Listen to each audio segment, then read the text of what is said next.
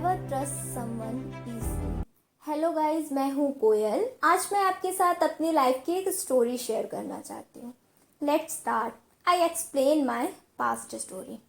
आपने देखा होगा ना कि अक्सर एक चिड़िया पिंजरे में काफ़ी टाइम रहने के बाद एकदम से जब उस पिंजरे से आज़ाद होती है तो वो चहकती हुई आकाश में चारों तरफ अपने पंख फैलाती हुई घूमने लगती है।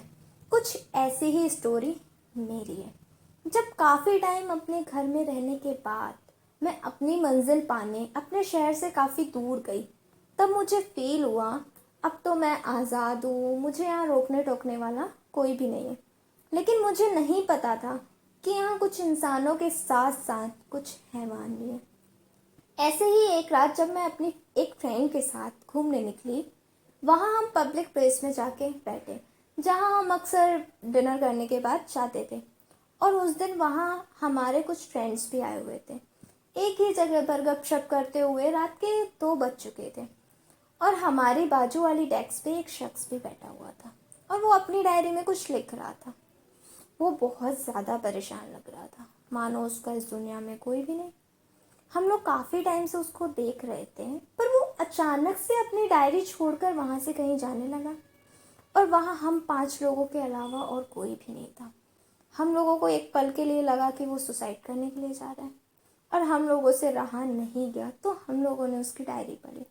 आई नो ये गलत है किसी की डायरी उससे बिना पूछे पढ़ना, पर उस टाइम हमारे पास और कोई दूसरा ऑप्शन नहीं था। उसमें लिखा हुआ था कि मेरा इस दुनिया में कोई नहीं है और मेरे जीने का अब कोई मतलब नहीं है, ये सब। उसके बाद हमारे दिल की धड़कनें तो मानो बैठ सी गई हो। उसके बाद हम लोगों ने जाकर उससे रोका, उससे बातें की कि क्या हो गया आपको, आप बहुत परेशान लग रहे हैं। उसके बाद हम सब लोग एक जगह पर बैठ गए और वो अपनी स्टोरी सुनाने लगा। उसके बाद उसने सॉन्ग भी गा के सुनाया। उसकी वॉइस इतनी अच्छी थी, ऐसा लग रहा था जैसे कोई सिंगर गाना गा रहा हो। उसके बाद उसने बोला, आप सब मेरे फ्रेंड्स बनोगे? और हम लोगों ने खुश होकर उसका हाथ थाम लिया और हाँ बोल दिया। हम लोगों को लग रहा था कि वो शायद अपनी ज़िंदगी से काफ़ी परेशान है, इसलिए हम लोगों ने उससे दोस्ती कर ली। उसके बाद उसने बोला चलो हम सब चाय पीने चलते हैं।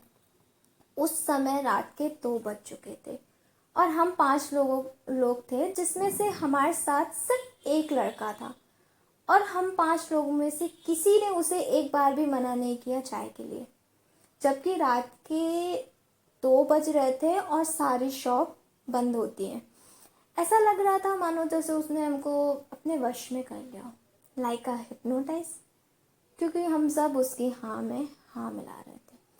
फिर वो हम लोगों को एक चाय की दुकान में लेकर गया जो काफ़ी दूर थी और रात के 2 भी बज चुके थे।